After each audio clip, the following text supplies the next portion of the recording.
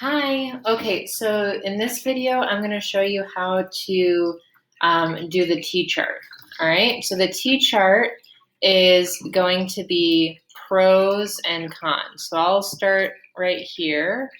So I'm going to do a table. I'm going to do 4 boxes. All right.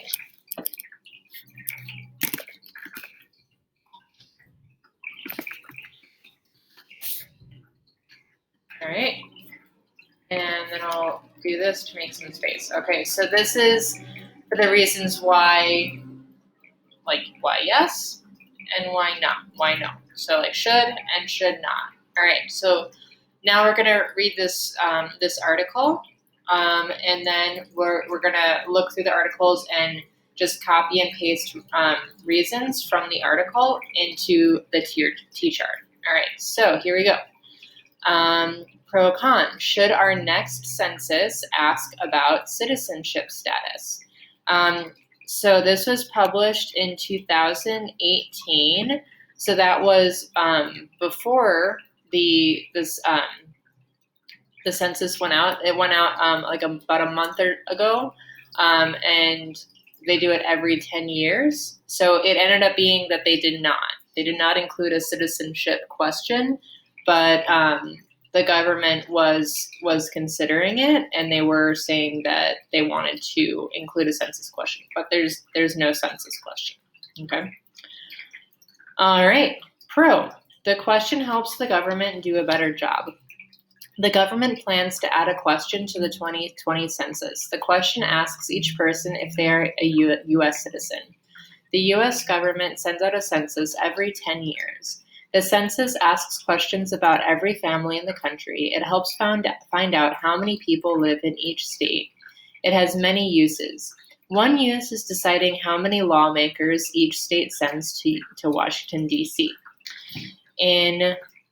So just to explain that, so every state has 2 senators, and they have a variety of Congress people. So they're so we have the House and the Senate. So the Congress, there can be a large variety of how many people, how many congressmen and women are represented, and that has to do with the census. So I don't remember offhand how many Congress people there are in Illinois, but it depends on the population. So like North Dakota, for example, has a much smaller population than Illinois or New York or Massachusetts or California. So North Dakota has much less congressmen and women than states with more people. And the census helps us figure out how many people live in any area, and thus how many congressmen and women they are able to send. All right. In the U.S., citizens have certain rights. One example is the right to vote. Some people are not citizens but have permission to live in the country. Others are in the country without permission. The government isn't exactly sure how many people are in each group. That's because the census has not asked who is a citizen for many years now. The census asked people if they were citizens through 1950. It stopped in 1960. The hope was that more people would respond. So sometimes people would be like afraid to answer the census because there was a citizenship question, so they didn't want to report that information. So the government decided in 1960, a long time ago, to stop asking that question. And then about a year ago, or a little more, they were considering putting the question back in. All right. Useful information for the government. Adding the question is a good idea. So this is the for it part. Adding the question is a good idea. It would help those who make government rules. For example, it can help count people who don't have health insurance. People use health insurance to pay for going to the doctor, and this can be expensive. Many people who are here without permission probably don't have insurance. That means they are unlikely to be affected by government changes to health insurance. Not knowing this information is hard for lawmakers. The problem is not limited to healthcare. The government has many programs. Some programs support people without permission to be here. This money should be used for citizens and people who came to the U.S. with proper permission. All right, so remember this is stating, this whole part is stating like why they should put the question. All right. Asking people if they're citizens goes back hundreds of years. Asking it on the census once again is a good idea. Okay. Now, this part, the rest of the article, is about the cons, why they should not put it on the census. All right. Such questions don't belong in a free country's census. The 2020 census will ask people if they are citizens. It is the first time since the 1950 census. Asking if people are citizens is worrying. It could be used to find groups of non-citizens. I'm worried that this information could be misused. Census data has been used in bad ways in the past. The misuse of census data. In 2004, the government used census data from 2000. The government kept track of Arab Americans and where they lived. It was wrong for the government to do this. The government also misused census data during World War II. The U.S. was at war with Japan. It rounded up about 120,000 Japanese American citizens and put them in camps. The camps were like being in jail. Japanese Americans were taken to the camps even though they had not broken any laws. President Donald Trump often says hateful things about people from other countries, and because of this, the census question probably has a harmful purpose. Lessons from abroad. Many people have not heard of Jacques Fauvet. He worked for the French government from 1984 to 1999. He warned about census data being misused.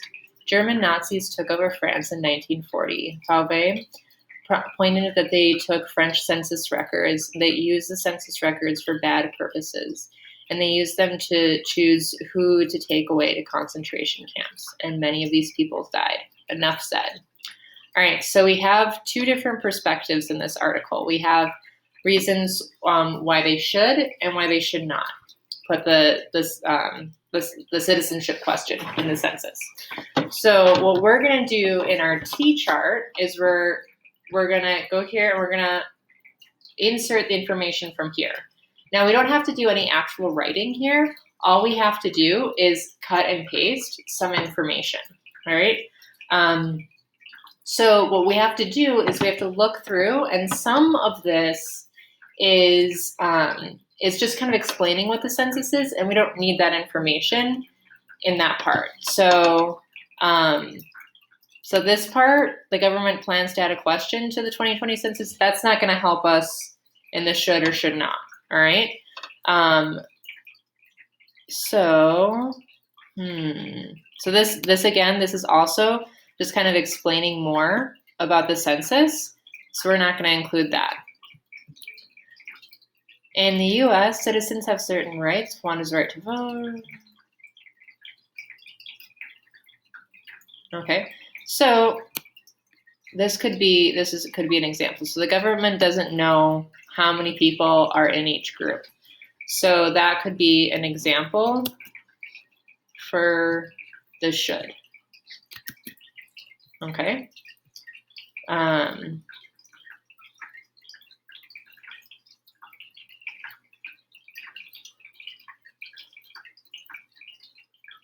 right, and then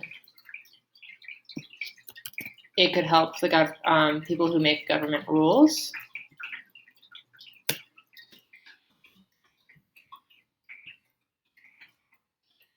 Oh.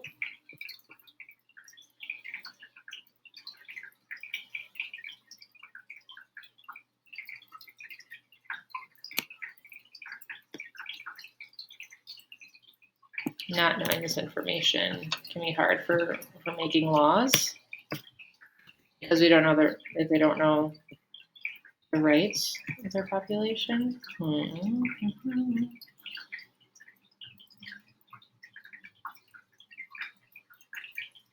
Okay. All right. So I think that's all we got for the should. All right. And then for the should not, we're going to go here to the con part. All right. All right, so it could be used to find groups of non-citizens, and I'm worried about this information. This information could be misused. And census data has been used in bad ways in the past. Like,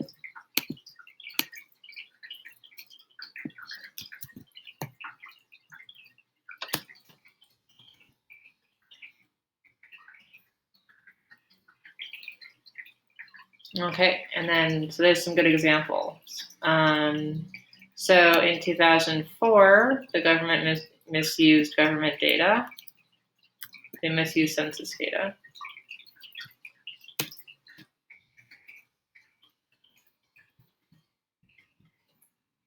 The government also misused census data during, yeah. Yeah, I mean, this whole paragraph is a good reason.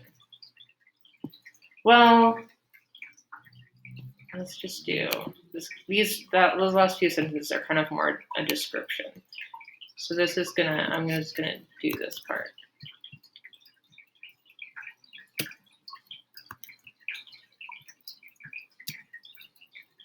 Looks like we're getting more should nots, right? Okay. All right, so I'm gonna stop right there. And your assignment for today is to finish the rest of this article. There's not very much left, all right? So only this little bit and this little bit. And I want you to do exactly what I was doing, cutting and pasting reasons into the should not, okay? So that the T chart is just the should and should not, all right? So what we're gonna be doing, we'll do more of this next week, is what we'll be doing is we'll be including stuff like this in our argumentative essays. So it'll be including information like our claim and counterclaim. So we can consider it like this can help us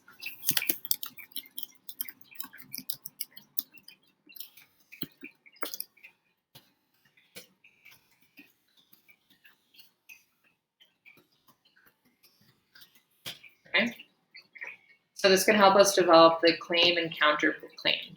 So depending on which perspective you take, you could say, for example, you do the should not perspective. You have to also like think about the should perspective, and you have to confront that in your essay. So, all right. So all you have to do for today is continue looking through this article, just the last couple of paragraphs, and highlight things to add to the should not. Okay, that's it for today. Pretty easy.